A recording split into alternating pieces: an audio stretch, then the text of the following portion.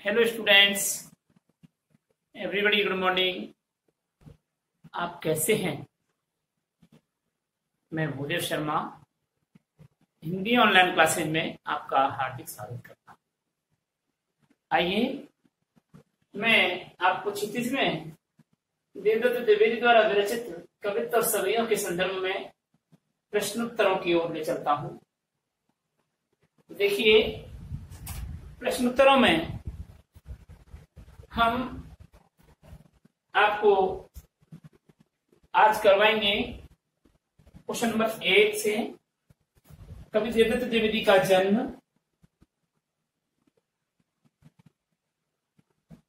कहाँ और कब हुआ।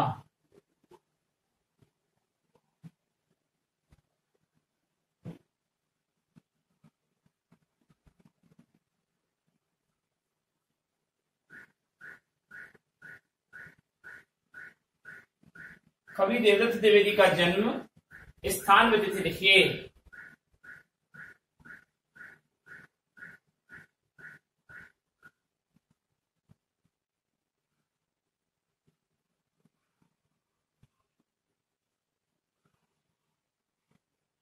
तिथि लिखिए।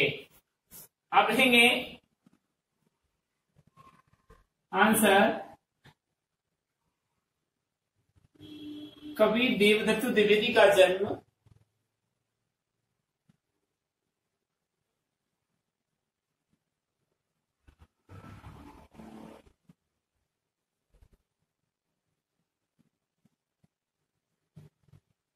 कवि देवदत्त द्विवेदी का जन्म उत्तर प्रदेश के इटावा नगर में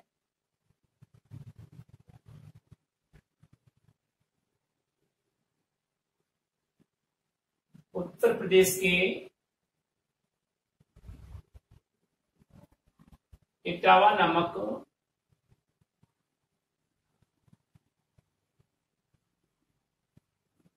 नगर में सन 1700 विक्रम संवत 1730 ईस्वी में हुआ था।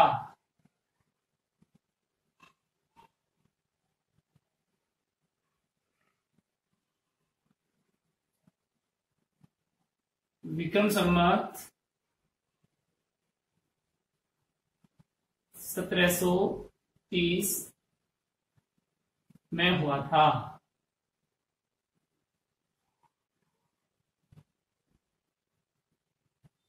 ईस्वी नहीं लगेगा इसके आगे, ठीक है। तो कवि देवदत्त द्विवेदी का जन्म उत्तर प्रदेश के इटावा नामक नगर में सन विक्रम संवत 1730 ईस्वी विक्रम संवत 1730 में हुआ था। अब 1730 में से 57 घटा दीजिए। विक्रम संवत में से ईस्वी निकालने के लिए 57 वर्ष घटा दीजिए, क्योंकि 57 वर्ष आगे चल रहा है विक्रम संवत हमारा। तो देखिए कितना बचता है, 73। कितने 73? 1673 ईस्वी। 7 3 10 5 7 12 13 1673 ईस्वी में हुआ था। अगर आप ऐसा लिखना चाहें ईस्वी तो 1673 ईस्वी आप लिखें, और अगर विक्रम संवत लिखें तो ईस्वी में लिख लीजिए। ईस्वी सन 1673 ये है। अगला प्रश्न है, गहरी गहरी घटा में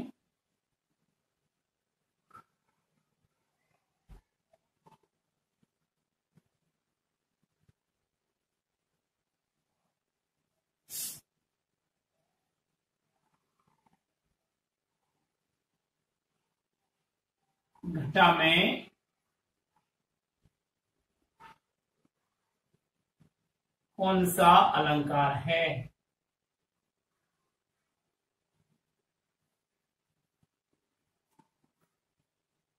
कौन सा शब्द अलंकार है?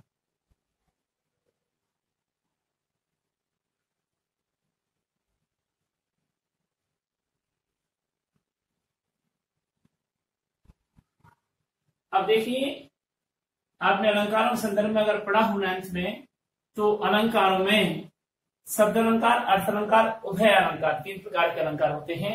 शब्द अलंकार में शब्द के बारे में, यानी काव्य में शब्द के द्वारा क्या हो, वर्ण के द्वारा, शब्द या वर्ण के द्वारा क्या हो, बार बार चमत्कार उत्पन्न होता है, या शब्द या वर्ण के द्वारा चमत्कार उत्पन्न होता है, उसे शब्द अलंकार कहते हैं।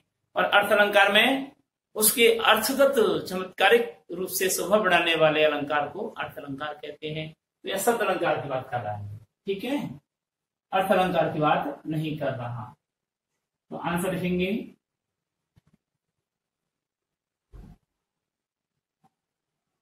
गहरी गहरी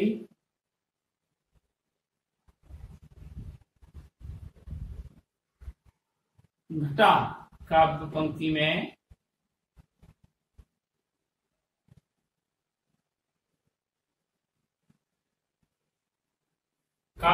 में अनुप्रास अलंकार है।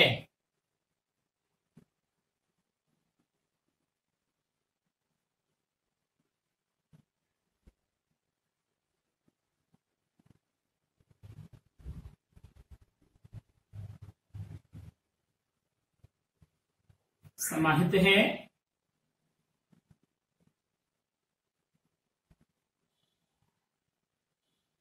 क्योंकि, क्या स्पष्टीकरण लिख लीजिए, क्योंकि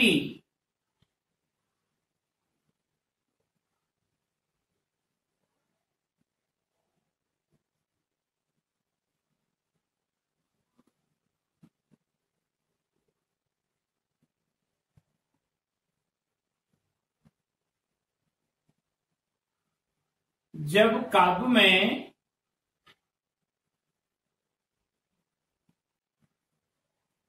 एक वर्ण बार बार प्रयुक्त होता है,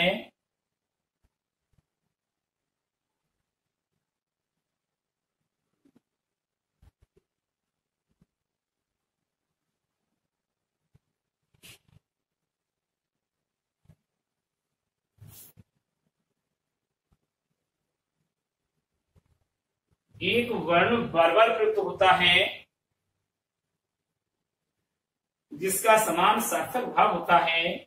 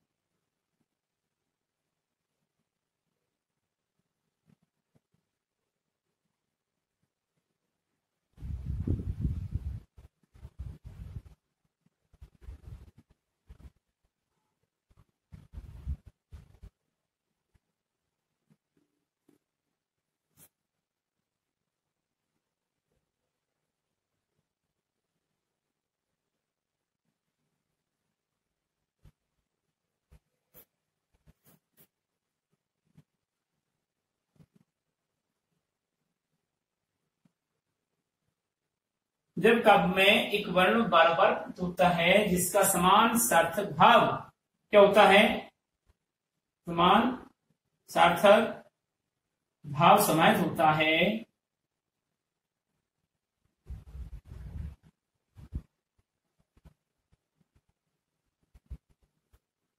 वहां अनुप्रास अलंकार होता है।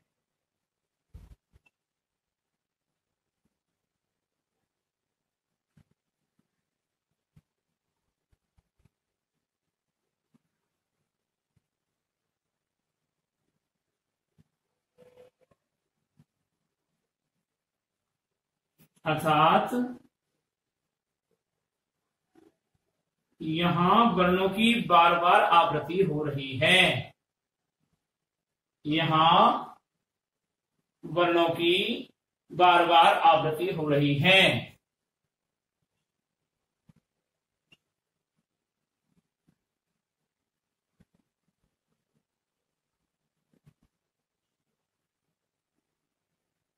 ठीक है, तो यहां पर क्या होता है, वर्णों की बार बार आवृत्ति होने के कारण क्या हो गया, अनुप्रास अलंकार कहलाता है। और दूसरा पॉइंट क्या कह रहा है ये, दूसरा पॉइंट कह रहा है कि साथ ही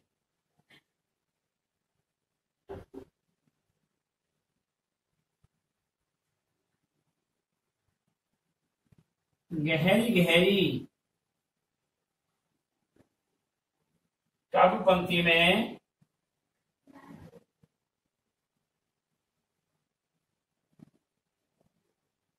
साथ ही गहरी गहरी काव्य पंक्ति में पुनरुक्ति प्रकाश अलंकार का प्रयोग समाहित है।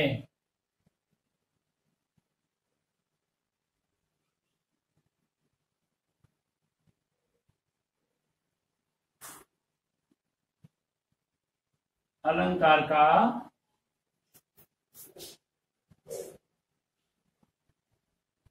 प्रयोग समाहित है। ठीक है, क्योंकि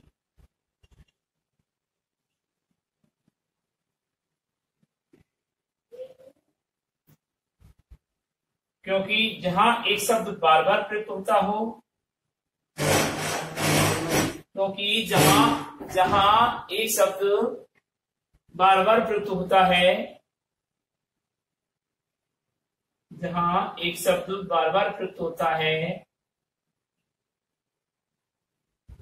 और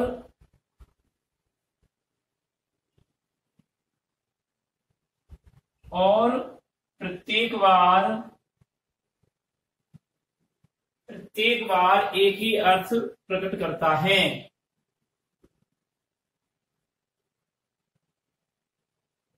एक ही अर्थ प्रकट करता है, उसे पुनरुक्ति प्रकाश अलंकार कहते हैं।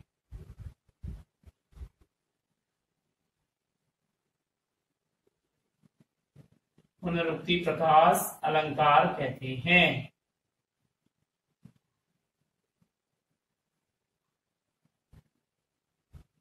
ठीक है, तो यहाँ पर गहरी गहरी घटा में दो प्रकार के अलंकार का प्रयोग किया गया, पुनरुक्ति प्रकाश और अनुप्रास। एक शब्द की बार बार पुनरावृत्ति, एक वर्ण की बार बार पुनरावृत्ति हो रही है, घ है और रे, घ है रे है, इनकी बार बार आवृत्ति हो रही है, और इसमें एक शब्द की पूरी पूरी आवृत्ति हो रही है, इसमें पूरी पूरी एक शब्द की आवृत्ति हो रही है, इसलिए यहाँ पर पुनरुक्ति प्रकाश है। जितनी बार आवृत्ति है उतनी बार एक ही अर्थ प्रकट होता है, यहाँ पर इसलिए पुनरुक्ति प्रकाश अलंकार का प्रयोग किया गया है।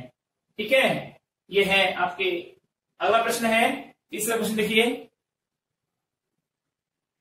श्री ब्रजदुल्ह किसे कहा है? श्री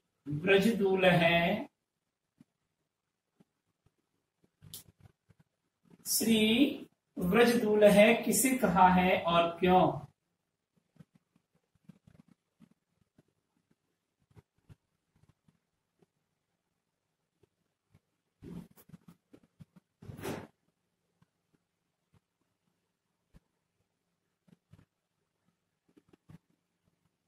और क्यों?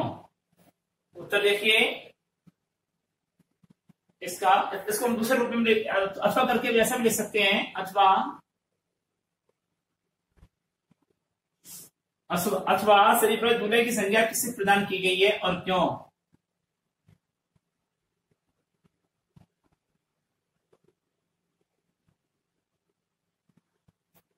दुल्ह की संज्ञा किससे प्रदान की गई है?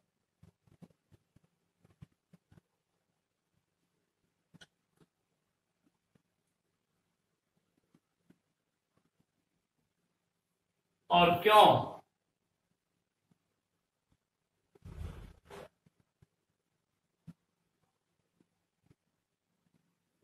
तो देखिए इसका,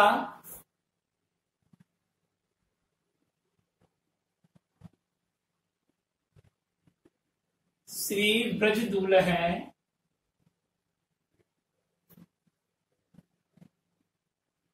की संज्ञा श्री कृष्ण को दी गई है, श्री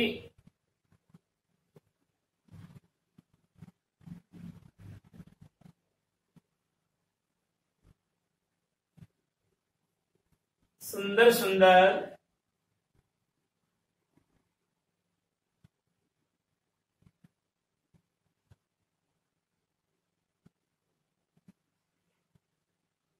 आकर्षक वस्त्राभूषण से सजे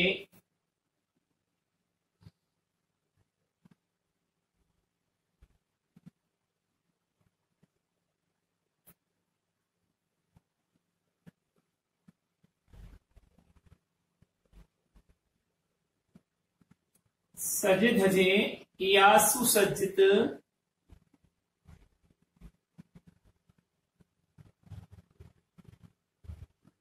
श्री ब्रज दूल्हे की संज्ञा सुंदर सुंदर आकर्षक वस्त्राभूषणों से सजे धजे या सुसज्जित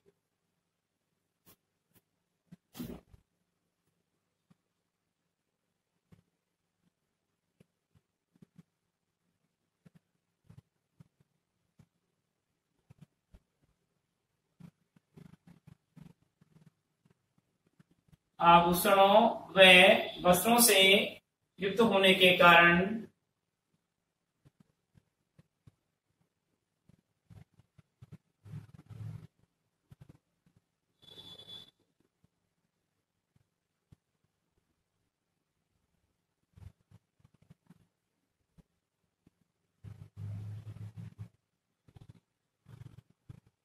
श्री कृष्ण को दी गई है।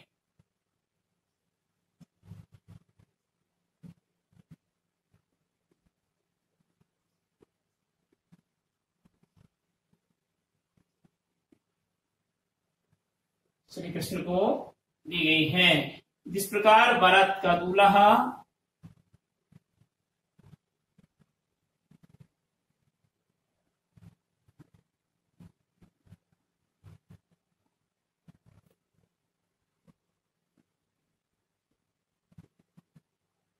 जिस प्रकार बारात का दूल्हा सबको प्रिय लगता है,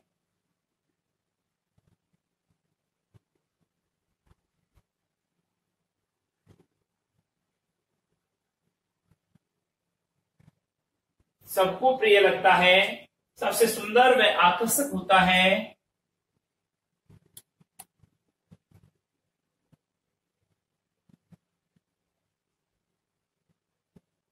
सबसे सुंदर व आकर्षक होता है,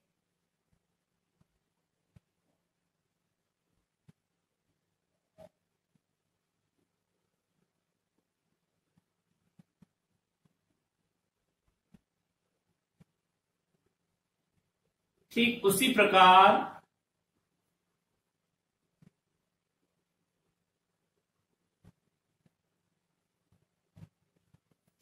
प्रकार ब्रज मंडल में श्री कृष्ण सबको प्रिय हैं।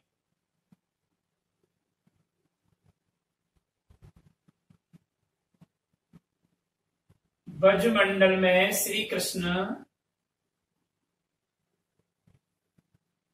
सबको प्रिय हैं।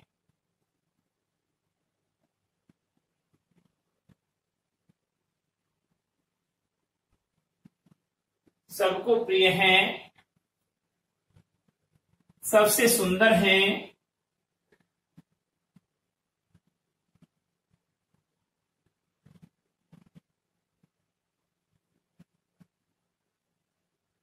और सबको आकर्षित करने वाले हैं।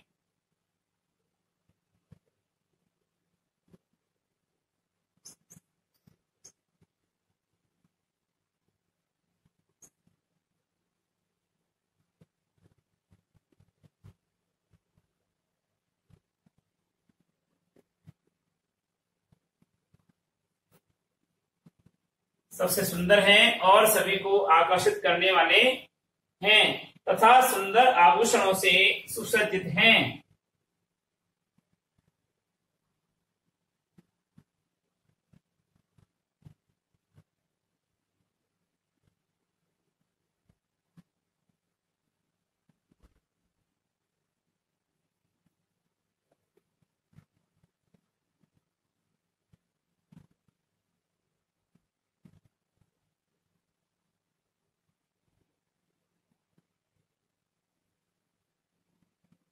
एवं सबको प्रिय लगते हैं।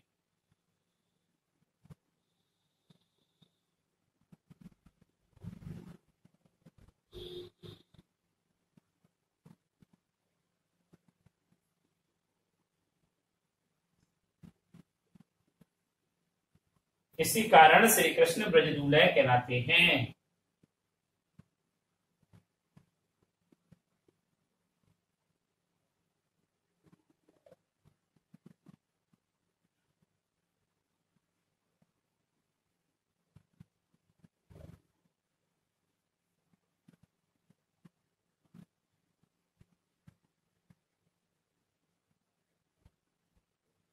Question number next, Shri Krishna को अपने पैरों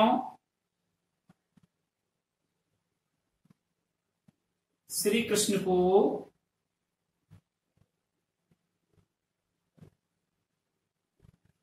अपने पैरों और कमर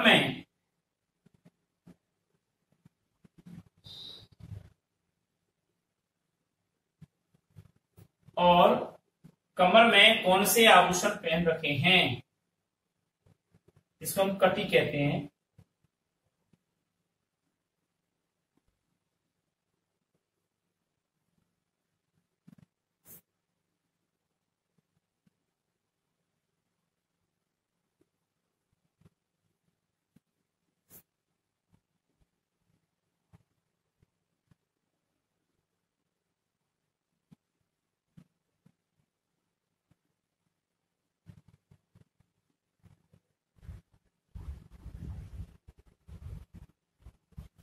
लिखेंगे श्री कृष्ण ने अपने पैरों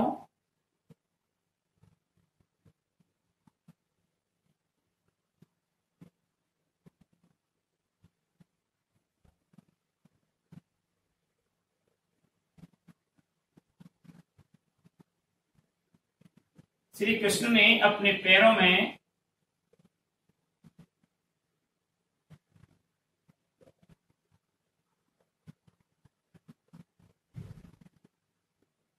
नुपुर तथा घुंघरू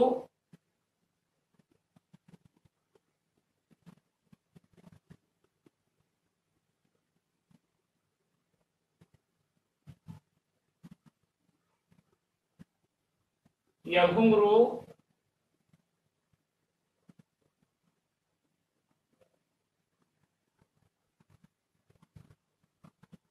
को धारण किया हुआ है।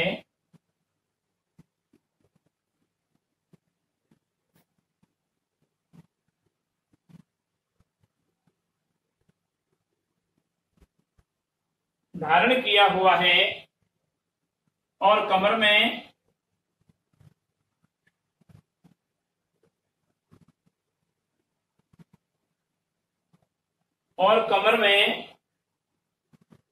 सुंदर कोंदनी या कनक की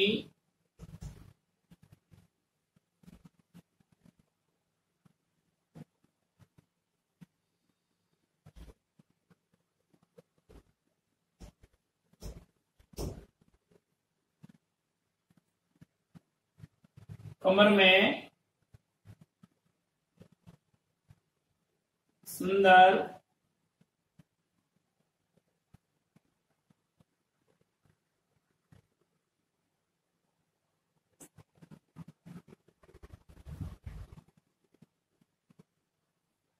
कोंदनी या कनकती को पहने हुए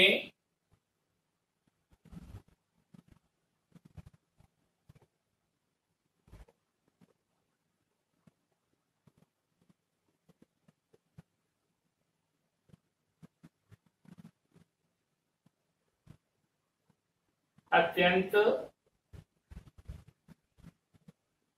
शोभायमान हो रहे हैं। अब इसको ऐसा कह सकते हैं कि श्री कृष्ण अपने पैरों में निपुण घुंघरू को धारण किया। श्री कृष्ण ने अपने पैरों और धारण किया हुआ है और कमर में सुंदर कोंदनी या कनकती को पहने हुए अत्यंत शोभायमान हो रहे हैं। अगला प्रश्न है कि रस की लालची और दासी कौन हो गई? क्वेश्चन नंबर 5, रस की लालची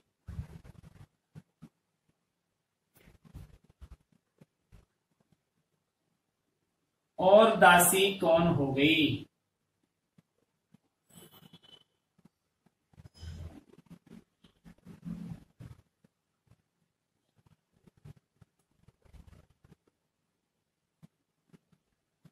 कौन हो गई?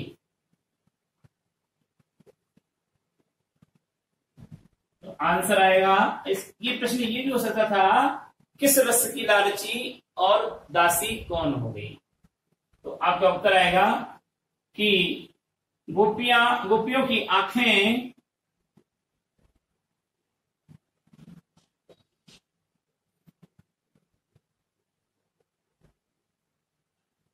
गोपियों की आंखें कृष्ण प्रेम में डूब गई हैं।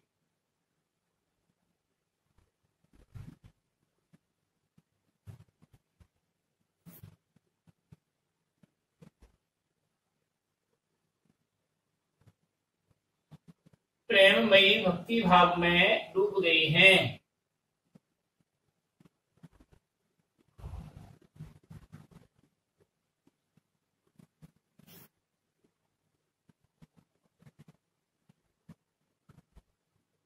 तो क्या हो गया? गोपियों की आंखें श्री कृष्ण की प्रेममयी भक्ति भाव में डूब गई हैं और उनके रूप रस की लालची होती हुई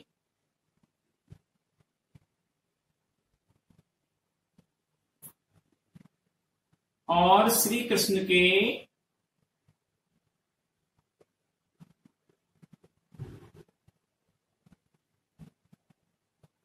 रूप सौंदर्य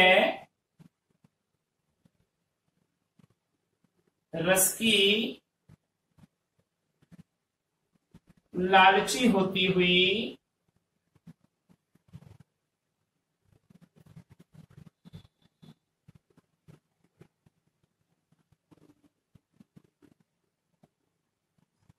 उनकी दासी जैसी बन गई हैं। उनकी दासी जैसी हो गई हैं।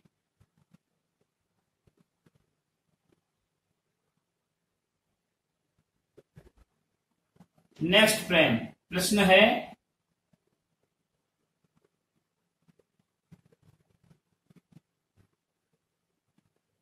श्याम ने किसे झूला झूलने के लिए आमंत्रित किया?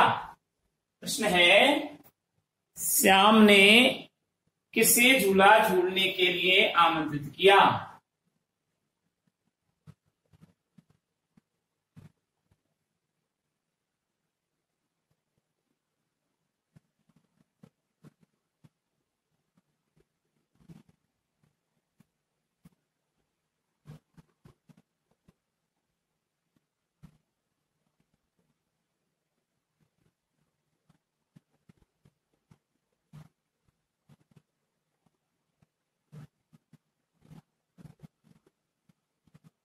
श्याम ने किसे झूला झूलने के लिए आमंत्रित किया?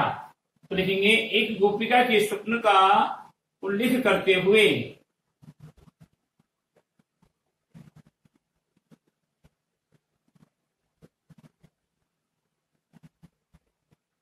स्वप्न का उल्लेख करते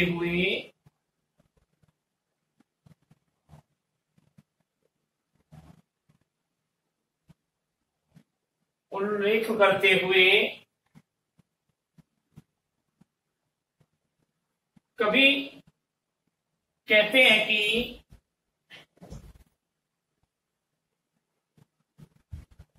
एक गोपिका की स्वप्न का उल्लेख करते हुए कवि कहते हैं, कवि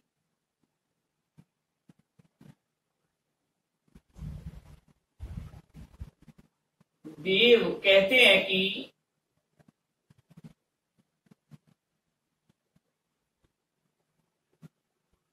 श्री कृष्ण ने मिलने के लिए उत्सुक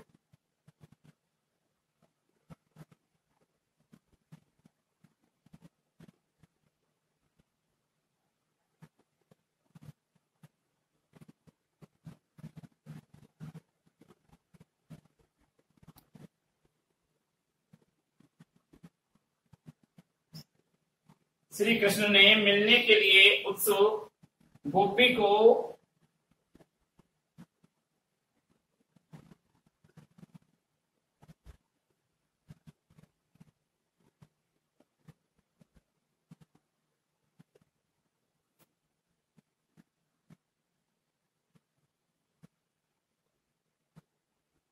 उसके स्वप्नों में झूला झूलने के लिए चलने हेतु आमंत्रित किया।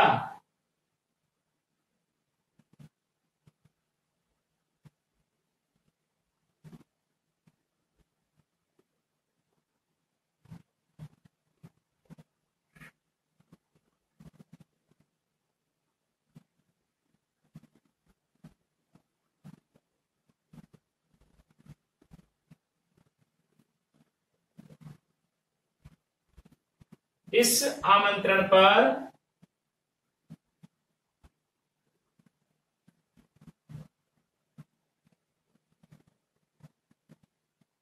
वह गोपी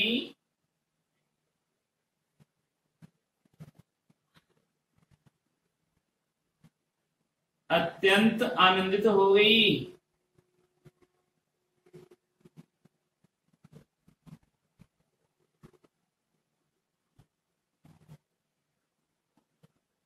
अब आप आइए आज के होमवर्क के लिए।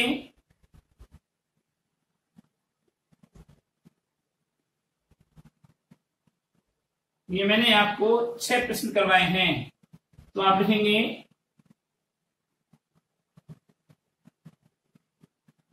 गृह कार्य। उक्त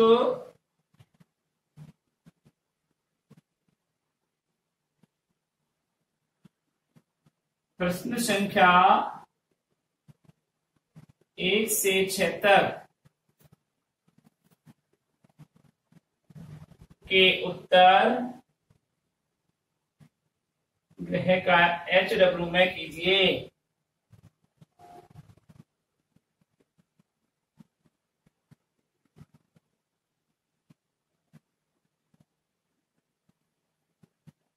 ये था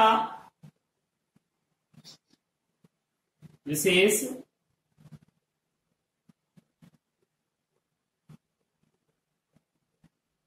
शेष सभी